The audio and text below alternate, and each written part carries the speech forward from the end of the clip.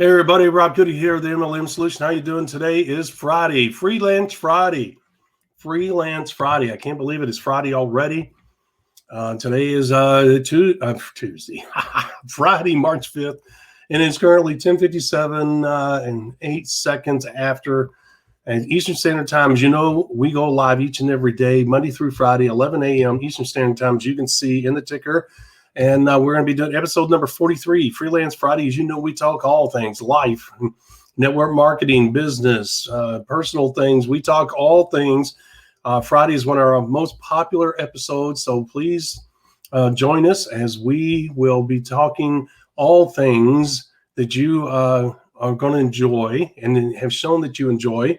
We'll continue to talk on that type of subject matter. If you will, use hashtag TheMLM Solution, hashtag TheMLM Solution to share our platforms, our podcasts, and everything else with our fellow network marketers across the globe. We appreciate it in advance if you do.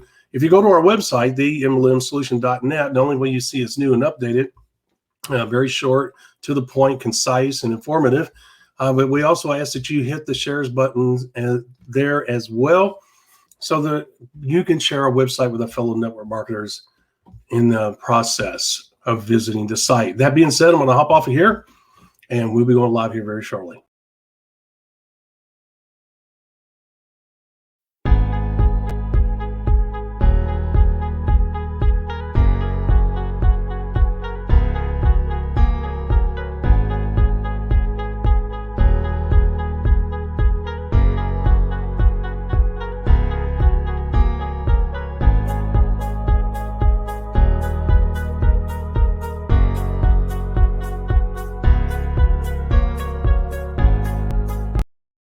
Welcome to the MLM Solution Podcast Show, where you'll learn the facts and hear the truth about the network marketing industry. Here's your host, Rob Goody.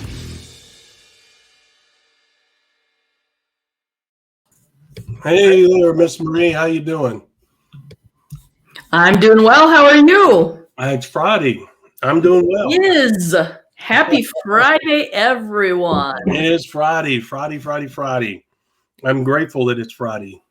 I am too, I have to say. I'm excited to roll into the weekend. This is the first weekend in a few weeks now. I have absolutely nothing on the calendar, so I'm kind of excited for a little rest and relaxation. Not that it's not going to get filled up on the fly, but you know. Yeah, and I know it always does, but I'll take it. Yeah. I've got to get downstairs and finish packing up the books. As you know, I've had an issue with my left arm. I went to the doctor earlier this week. It's not healing, which the wife said, well, that changes us moving and everything. And I said, no, it doesn't. She said, well, yes, it does. You can't do this. You can't do that. And I've got to pick up this and I got to pick up that. And I said, whoa, stop. Just because the arm is being an issue does not mean that we have to stop the plans of moving forward. It's just an arm. If I lose the arm, life doesn't stop. You got to move on, you know? And the point is I got 2 more surgeries, which is going to be at least another year because I'll have 1 surgery and then it's got to heal to a certain degree before they do the next surgery. And both of them are, to be honest with you, quite, how would you say, not only important because what they have to do requires a certain amount of expertise. And then the second one is kind of routine, but it's a big one. And both of those are going to take a while. You can't do them back to back. And so she was kind of freaking out, you know, and I'm like, look, I got to get down there and I got to finish those books because, we're going to hire movers to move them. But the thing is, I've got to pack them. She's got her own stuff that she's got to pack. So now I got to move it up. You know, life has dictated, hey, you got to move it up. But like I told she said, well, you can't help move to the new house. I said, we got grandkids. Yeah. Well, they don't want to do it. I said, quit putting words in their mouth. Quit making the decision for them. They always help if we ask. And guess what? My daughter and all them. So the point is that she's kind of freaking out a little bit, you know, and she automatically, and I would tell her all the time, she automatically defers to the negative side. You know, oh my gosh, the sky's falling. And there's people like that, you know, it's just the way that they're wired. I said, no, no, everything's going to be fine. But you can't use your arm. I'm like, so what? There's a lot of one-armed people out there, right, Miss Marie? One-legged people, one-eyed people. They don't stop living. Yeah, exactly. Well, that's why you have two, right? You have a spare. That have a spare. There you go. Well, and here's the other thing too is moving is a big pain in the butt. Oh, and I don't know about you, but I have never asked friends or family to move me, like, hey, I'll pay in beer and pizza, come help me move on Saturday type of thing.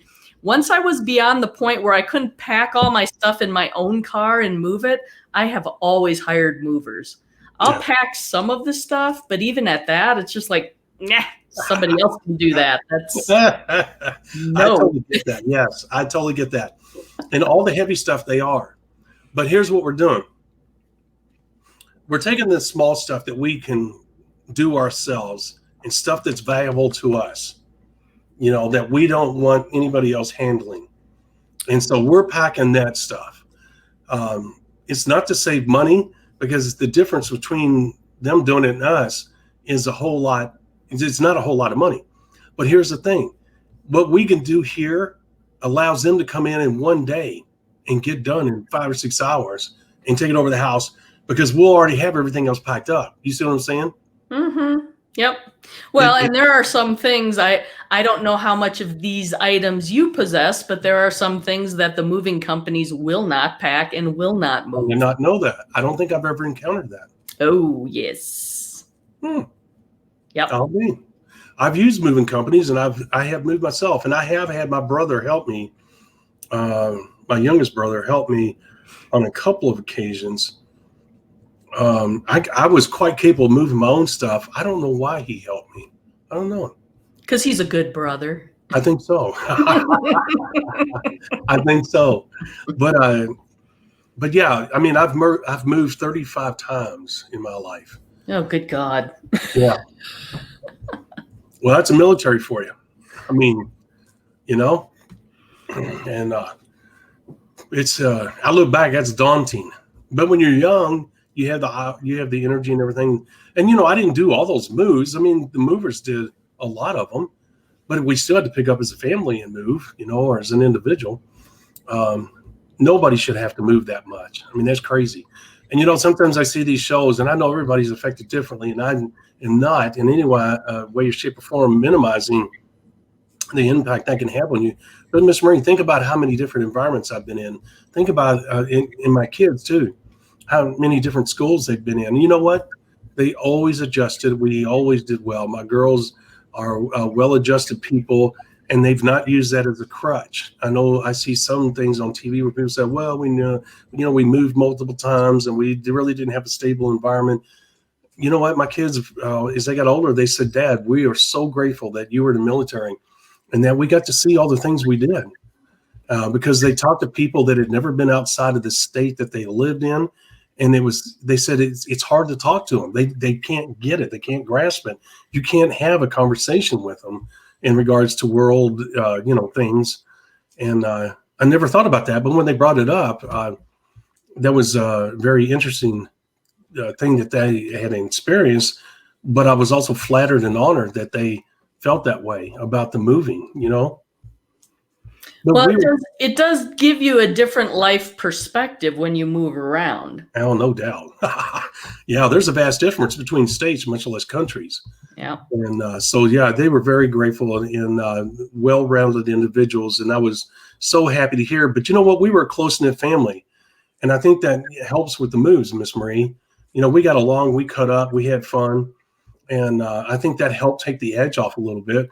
Because no one can say that moving that many times. I think we moved in the 20s when we were a family. Then the other times were me as an individual. But anyway, the point is, Miss Marie, we experienced a lot.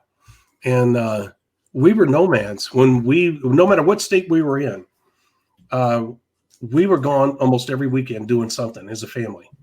We got along. We were truly a family. Yeah, we had our moments, of course. I hate you. Oh, I hate you too. I'm gonna beat you up. I'm gonna drop you off at the corner here. We all had those moments, right? Well, of course. Yeah, of course, yeah. But we really had a very close knit family, and we were out and about all the time, and the kids loved it because we were experiencing and seeing new things, and that helps bring a smile to the face of a family. That they had exposure to different foods, with different cultures. We were constantly on the go, and so it was a lot. As we look back, I guess maybe we were an exception to the rule. I know you've moved quite a bit. Mm-hmm. Did your family move a lot?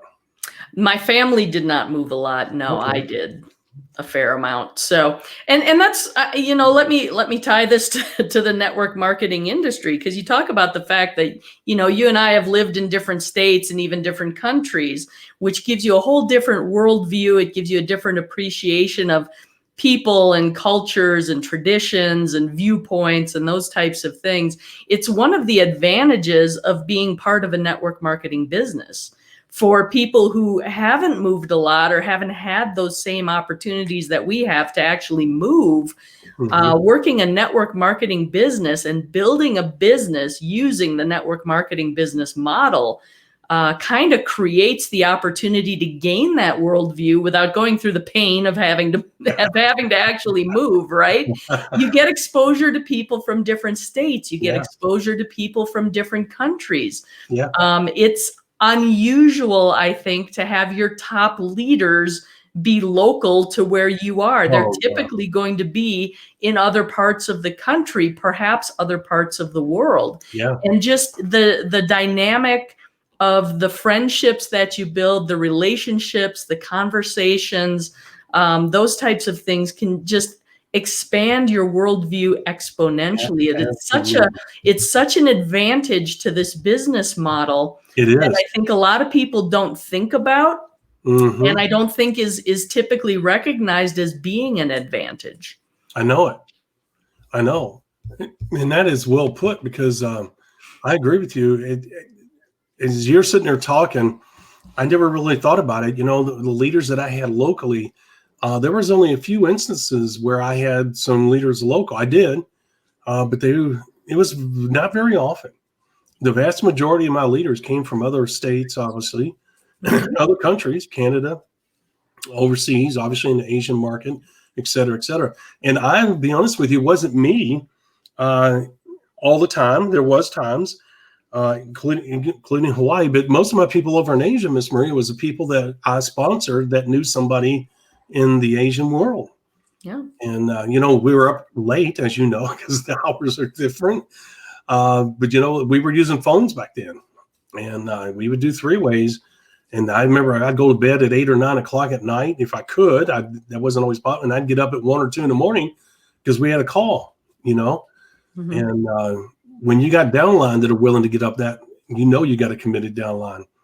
Well, and think about the opportunities for travel that it creates as well. Yeah. Oh, my gosh. Because not only do you have the network marketing company with their regional and or international, national events going on that you can travel for, but if you're building leaders, if you're building businesses in different parts of the country, different parts of the world, you're going to want to travel to actually support those people with physical meetings in person, because we've talked about this before. Zoom and video conferencing and all those types of things, webinars, great technology, great tool for sharing information, but it is just not the same as being there talking in person, one-on-one, one to a group, within a group. I mean, it's an entirely different dynamic. It is a totally entire. You know what, Ms. Murray, when you go to other countries, you're a rock star.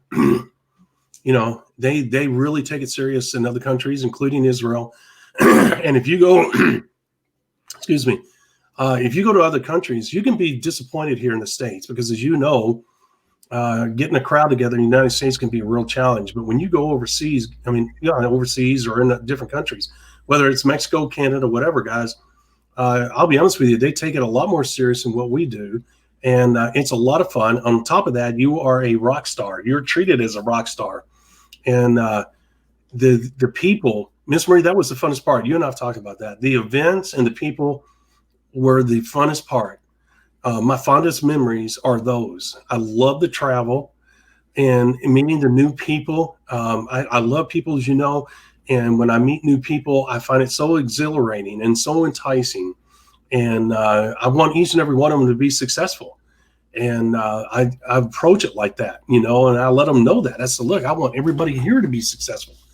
But you're the one that determines that. I can only provide the information. No different than the old cliche, lead a horse to water. We all know the rest of it. Well, the same thing with people. I mean, look, you know what? Look, there's people out there, Miss Marie, that listen to us right now. We tell them all the time, 5 simple steps. I mean, that's all it takes. And without any doubt in your heart, as you go to bed at night, that we're preaching the right thing, because the 5 simple steps are based on the principles of the business building process. You have to do those 5 steps. You can't leave any of them out, okay? Because if you do, your chances of success is going to be greatly diminished.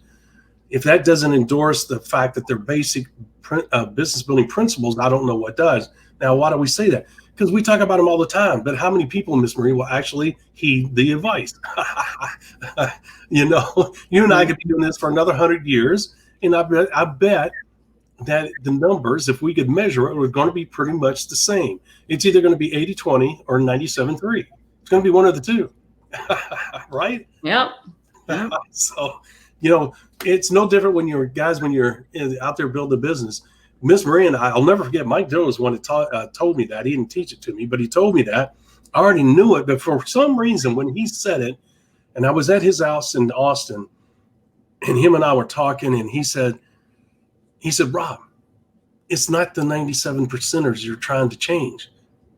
And I thought it was, because I wanted to help everybody. You see what I'm saying? I love people so much. I want to help everybody. Mm-hmm. Now, it wasn't that I was trying to change it. That's not the way I looked at it.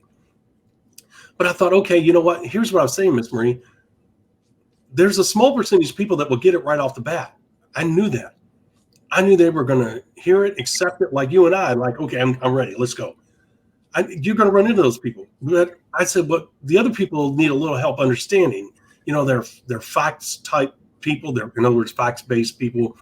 They're analytical people. They're logical people. They got to put the numbers together, or put the sequence together. In other words, the picture's got to come together for them. That's the reason why I focused on the larger group. He said, Rob, you're focusing on the wrong people.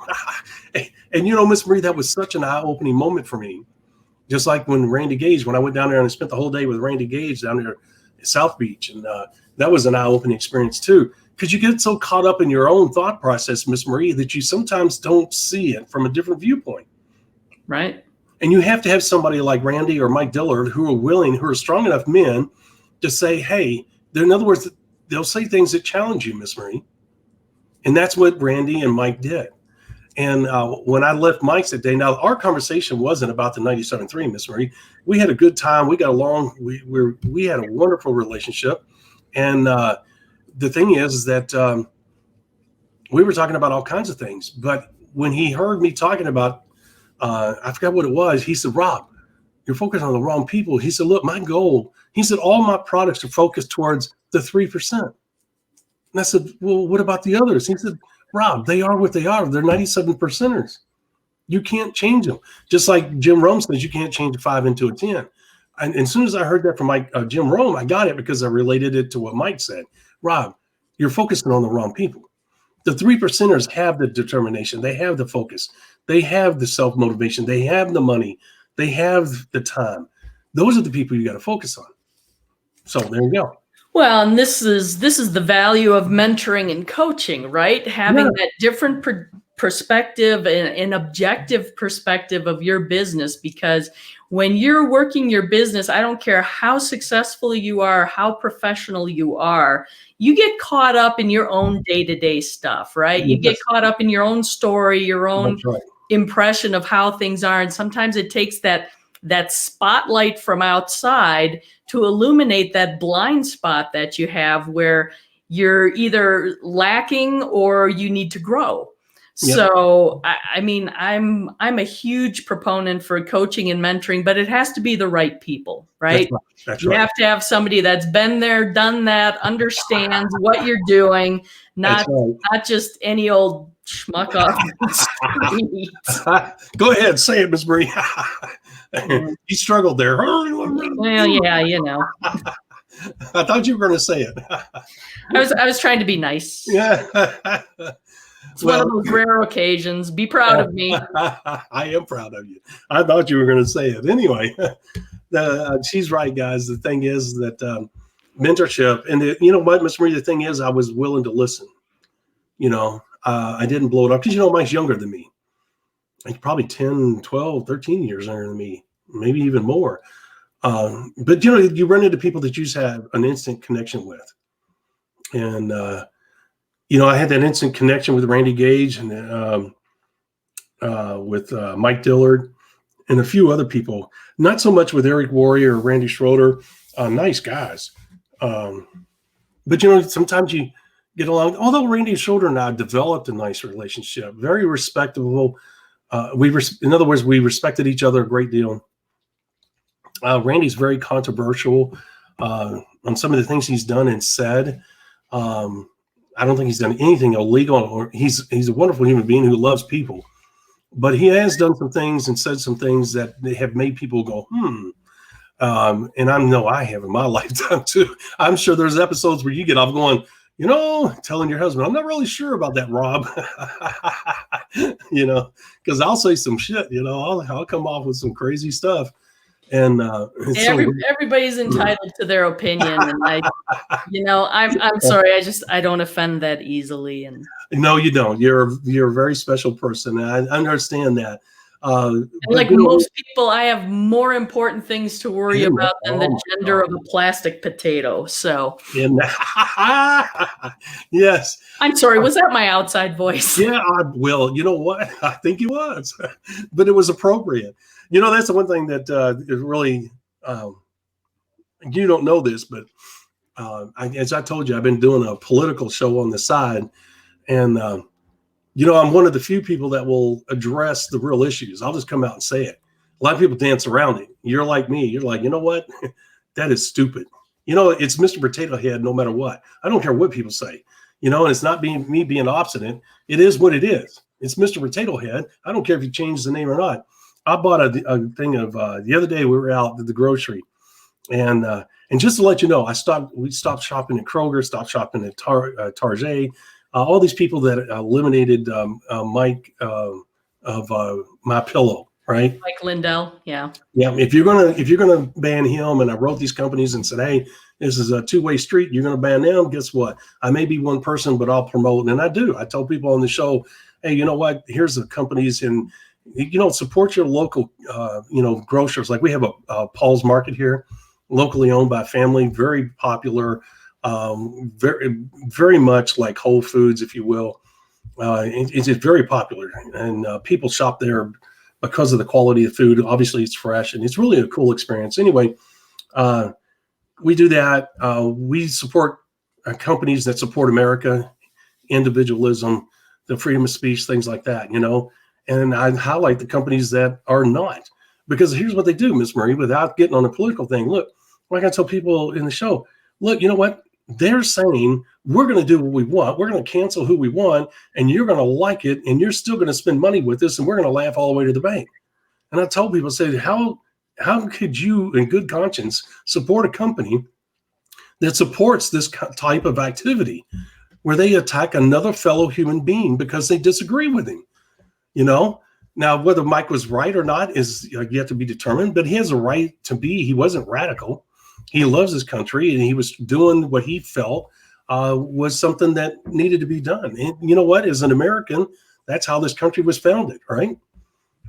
Well, yeah, and we should support the local small businesses and those type of people as long as they still exist, because they're trying to put them out of business. This $50 an hour minimum wage thing is going to kill the small businesses. It's all going to benefit the Walmarts and the Amazons of the world. And This is the best thing. We're going to turn this into a political show now. Sorry. No, it's not. No, it's Stop listening now if you're going to be easily offended. Here's the disclaimer. Turn it off, walk away. that's right. Join us again Monday, 11 a.m. Eastern, when we'll be talking about network marketer versus business builder. We'll see you then. There you go. Did you see that AOC came out with the comment that the $15 minimum wage was a compromise and it really should be $24 an hour? Do you know what that's going to do to small businesses? Do you know how many people are going to be put out of business? And let me tie this back to the network marketing realm. I mean, just even with the pandemic and everything, if you have a network marketing business and you're one of those people that is trying to figure out where to get leads, who do I, take the music to the ears message to, there are an awful lot of small business, especially restaurant owners, who are entrepreneurs that are out of business right now because of the pandemic. And they are itching to do something to make a living where they control their time, their efforts. They're used to success. They're used to hard work. They're used to long hours. If you're trying to figure out where leads are, and if you were in my downline and you told me you don't have anybody to talk to, ay. In other words, don't tell me that. Yeah. There are a lot of people out there, and there are more coming. So, well, yeah. I did not know that she said that. You know what? You don't want to know what name I gave her on the show. It's certainly not her. You know, I have a pet name for everybody. You and Trump. Yeah, I've been doing it for years. Although George W. Bush was good at that too. He gave everybody. Yeah, he did. Yeah, you're right. Yeah, you're right. I forgot about that. I call Bitten. I pissed in my pants. Bitten. I call Harris hair on my ass, and I will not say what I call the Little Miss Cortez there, because sometimes as a woman I do not want to offend you. So, but she deserves the title. I only give titles to people that deserve them, because I will not, just like the former president before Trump, I call him Barry. He hates that. He hates that with a passion. And a lot of people that want to get under his skin call him Barry. Well, I tell you what, here's the flip side of the coin. I've been given little nicknames as well, and you know what? Me too. I will wear them as a badge of honor, because if you ain't pissing somebody off, you ain't doing it right. There it is. There it is right there. I agree with you 100%. Yeah. So, no, we're not being political. We're human beings. We have a right to speak out. We have a right to a viewpoint. We have a right to voice that viewpoint. And free speech is under attack. And if you're going to support companies by continuing to spend your money, you may say out of your mouth, well, I don't like what they do, and I think that's wrong and this and that, but I'm still going to go there and spend $300 on groceries each and every week, or twice a week, whatever it is you spend. Guys, that's not being an American. You're still supporting. They're laughing all the way to the bank. They're like, hey, we could do whatever we want. And these people are going to continue to support us and spend money there. Miss Maria, I've cut down. There's a couple of stores, and I'm honest and upfront about it. If we spent $100, we're down to spending less than $10. You see what I'm saying? Because there's certain products that we can't get anyplace else, and until I can replace that product, I tell the wife, because I'm not going to put that on her. She doesn't always share my viewpoints, and that's okay. But here's the thing: I'm not going to tell her, hey, we can't go there. But we did make, and kudos to her, we did make massive change. I'm not talking about just little change. I'm talking massive. Like I said, if we spend $100 at a store, we're now down to where it's less than $10, and that's no joke. We get one or two things. We have shifted our spending over to local as well as Myers, companies that are not anti-American, that are not behind attacking free speech, attacking individuals, using the cancel culture approach, the Marxist approach. If they're supporting the certain organizations that are anti-American and trying to break down the liberties, we are not in any way, shape, or form going to support that. And we have a right to do that as individuals. And that's what you and I are talking about. It's our show. We can talk about whatever we want. It's Freelance Friday. And we're not being political. We're being human beings. We're standing up for what we believe in. And there's nothing wrong with that. Everybody has their opinion. What do they say? Opinions are like armpits. Everybody has a couple. Is that what they say? I chose a different body part. I know. You did a wonderful job. I would have never picked an armpit, but I get it. You're too funny sometimes. Yeah, that was a good one. all I can say is thank God it's Friday. Yeah, thank God it's Friday. Yep. Well, I mean, that leads back to what we were talking about earlier. You know, Mike Dillard saying in 97.3, well, you know what? You're not going to change the numbers. Just like you're not going to change people's opinions, and everybody's got one. And you got to respect that. And but the thing is, Miss Marie, they try to say, well, you have an opinion, and because we like what you're saying, we'll endorse you. But you're a radical. You know, you're a domestic terrorist. You're bad. You know, and you know what I got to say to that. And I won't give the finger that I want to use. And I do that too, Miss Marie. I'll walk by them and the wife's like, you better stop that. The tall finger salute. That tall finger salute, yeah. And you know what's really sad? I was telling the wife, I now carry a gun with me everywhere I go. And it's sad. I never felt that I had to do that. Yesterday there was the area that we live in is a very desirable area. And typically things don't happen here, although it's getting more frequent. And because there's money here, some of the people are targeting individuals here, and they're walking up to them with guns and literally robbing them, whether it's daylight or not. You know, the criminals have gotten very emboldened, and carjackings have gone way up. And like I told her, I said, hell, you know what? You and I are getting older. We can't be stupid. They target old people that they feel can't defend themselves. You know, obviously I'm not going out looking for a fight or looking for a gunfight or whatever. But at the same time, I got to be in a position where, if necessary, to defend ourselves. And it's crazy that you got to do that in today's world. And one of the reasons that I want to get out of the city, you know, I'm not saying it, you know, when people have to drive way out somewhere, that's very unusual. If somebody drives, 25 miles out to get to your house and has to go down a half-mile driveway and they're not invited, then there's a reason why they're there. You know what I'm saying? Mm-hmm. Versus being in a neighborhood of 300-400 homes. And because the other day, this was about a week ago, 10 days ago, in the middle of the night, the guy had it on his camera. And there's a website for our neighborhood. There's one on Facebook, and then there's another website where all the people in the neighborhood post, hey, lost dog, lost cat, here it is, here's its name, if you see it. And so people check it all the time. But also the bad stuff's on there, or somebody will say, hey, I need a door fixed, or I need this, that, whatever. So it's kind of a community help type thing. And even the police monitor it because they know that, there's eyes on the ground. And I live literally down the street. I could walk to the police station from here in City Hall.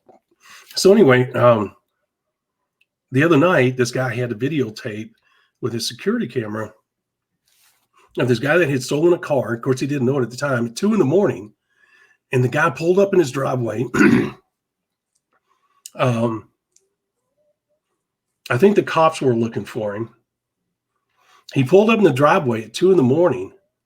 And the guy got out and ran into the backyard. And I don't know if he jumped a fence. I can't remember the details of the story, but he tried to get into the house at 2 a.m. I don't know if it was the house that he pulled in the driveway or if he jumped the fence and it was the next door neighbor's house in the backyard, tried to go in the back door. And the point is, who wants to be woke up at 2 a.m. in a nice neighborhood, seeing a stranger in your house, right? Now, I keep all the doors locked for this, but I tell the wife all the time and say, look, that's exactly the reason why if I'm not here, you've got to lock the doors. And she's terrible about it, So I don't know if you guys have things like that in Utah, but unfortunately, it's picking up here. Well, I think it's unfortunate. It's one of those things that's kind of happening everywhere. We're on the Nextdoor app, so it's kind of a neighborhood Very familiar. App. Similar type of thing, right? Yeah. Missing cat, missing dog. I mean, lots of those happening. And again, we live on the side of a mountain. So when cats and small dogs go missing, that probably turned into something's lunch. So Yes. I'm not always sure those are going to come back. But, we go through these rashes every once in a while where people will talk about their vehicle got broken into overnight. But, that's one of the things where you shouldn't have to worry about your vehicle being broken into when it's parked in your driveway, right? But that it's one of the things we've joked about ever since we've moved here. It's like we live in a nicer neighborhood. Crime isn't really that big of a concern. But it is rare that people have their cars parked inside their garages. Like us, it's like the garage is for parking the cars inside. Here in Utah, it seems to be a thing. Garages get filled with toys and stuff, and the cars are out on the driveway or the street. Yeah. And it's like whenever I see one of those posts, oh, my car got broken into, it's like, put it in your garage. Yeah. Isn't it funny how people turn their garages into a storage unit? Yet when they move, they go, I got to have a garage. And as a realtor, you're like, oh, okay, it's important they have a garage. And then they never use it. Yeah. Just like as a realtor, you're like, why in the hell did they even buy a garage? They could have saved $30,000, Well, they need it as a storage unit. They have off-site storage they're paying for as well. That's right, exactly. Well, we have stuff in storage right now, which was, if we really struggled with that. We put it in last month. And it was something that we were just like, okay, this is not something that we really want to do, but we're packing all that stuff up and we wanted to get it out of the house, and our ultimate goal, Miss Marie, is just to have the big things so that when they come in, we packed all the precious stuff. We packed all the stuff that we feel that we need and to make sure it makes it. Because look, as many times I've moved, there have been movers that have, and it's prevalent in the military. I can't say that it is in the civilian world, but when they pack you up, I don't know how you do it. You've had professionals move you. They put those little stickers on it, and then you put it on the list. And the sticker, 143 is a lamp, okay? And so you get it. But if it's something that they really like, if you have stereo equipment, really expensive stereo equipment, or really expensive collectible, whatever the case may be, if they want it, they have literally gone into the wooden boxes. In the military, they use the wooden boxes. And they put them in warehouses until especially if you go overseas. If you're moving stateside, they don't do that. But anyway, they will literally go into your stuff, pull out what it is, because they have the number too. And they're like, man, I remember moving that. Hey, when we stop at the truck stop, I'm going to get in there and get that out. And, they do that because they know that insurance will reimburse us, for that missing item. And I can't tell you how many times it's happened. So like the wife and I, we talked about it, said, well, look, I'm not going to say these guys will do that. And I'm not going to say they're going to drop it. I said, but why even take the chance? Let's pack it up ourselves. Let's make sure, because I will tell you that her and I have moved 2 times. And the reason we moved is because of the kids and the grandkids, period. They were in one part of town and we were in another. And the wife wanted to be closer to them. So that's what we moved. Okay. So here's the thing. Her and I did the moving with my brother. All right. And that was the last time. We will not do that again. But we did that because we wanted to. And we got rid of a lot of stuff. So we said, well, hey, we don't have a whole lot of stuff to move. Because when her and I came together, she came from a big house. I had a big house. And we didn't need all that stuff together. So we got rid of a lot of it, right? And so what we had left, we said, okay, well, we can move that. We'll just get my brother Wade, and he'll come over and help us. And, we'll take that much. So we moved ourselves. Well, since then, we've accumulated new stuff, of course. But the point is, Miss Marie, when we unpacked, now we packed ourselves. We moved ourselves. We walked through that. We lived in a really nice condo, townhouse, really, in the other place. And we walked through that place, and it was quite big and had a beautiful view. I hate to give it up. As you can tell, I'm reminiscing. But anyway, we walked through that together, not separately. We walked through there together. We opened up everything. There was nothing left in there. Okay. Miss Marie, when we unpacked, we're like, where in the hell is this? Where did it go? And nobody moved it. It's like it disappeared overnight. It's like a sock in a washing machine. Where did it go? We've had that happen twice. That's so freaking aggravating because I told her, well, all we can do is point a finger at each other because we were the ones that she goes, no, but how does that happen? I have no idea. So once again, we've taken care of, we're packing up the stuff that's important to us. We want them to move the big stuff. We want it to be done in 4 hours. We'll fill in the house later. Does that make sense? Yep. No. Did you ever do that? Sense. Did you ever do that? What, move stuff? No. I mean, you ever taken that approach? Let the movers move the big stuff and then y'all fill in? Well, mostly, yeah. I mean, the movers move the big stuff and they put the boxes in the rooms and we'll unpack the stuff. Yeah, when it comes to the packing and the moving, I'm like, you movers can do that. I can tell you're not a mover. No. You're like, I'll hire somebody. I ain't doing that. Hate moving. Hate it. But, Yeah. Well, anyway. I'm you know me, I like doing stuff myself if I can, but I've gotten past that. We will certainly use them as much as we possibly can. I don't mind doing the books, and she has pictures that she's going through. I mean, boxes of pictures. She's the only child, so I'm going to keep us here. She's the only child, so she's got a lot of heirloom stuff that came from grandmothers, grandfathers, etc., on both sides of the family. And both of her parents died kind of young, so and her brother died. He unfortunately was a victim of ineffective medical practices. And it wasn't, and there wasn't any malice there. What it was is that what he suffered from was a part of medicine that was in its infancy, and they really truly didn't understand why this was happening. And that's where he unfortunately was one of those victims. As the years went by, they realized and they were able to address that. But that didn't save him, obviously. So she's a sole survivor, and she has a lot of stuff that is obviously very important to her. And we certainly will not get rid of that. Well, she's not allowing anybody to move that but us, as you can imagine.